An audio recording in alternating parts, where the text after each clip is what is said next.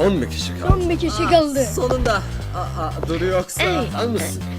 Beyler, o numara bırakın. Şapkanı mecbur geride tutsun tüm para kumarhaneci. 2, 1, 2, 3 Cebimizin namussuz para. Olmayacak İnsanlar öldü. Şansım dürüst bir duvar ördü. Ve kumarbazsın. Ne dürüstlük. Evet, evet bu doğru. Ben bir kumarbazım. Görüyorum faizleri istiyorsunuz ama efendim o şap yüzünden göremiyorsunuz. Sizin kumarhanenize hiç gitmedim. Hatta beyefendi ben İtalyan bile değilim. Hadi uzatma, kes sesini. Kes sesini. Borcunu hala ödemedin.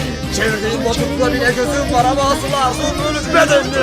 Silahını devralarsın olduğun yerde kal.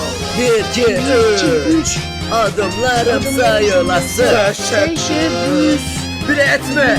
Bilet acınası. Saklanma. Şansı yok bak babasının karşısında. Adım şaşken ve budur ama. Hadi ama. Yeter.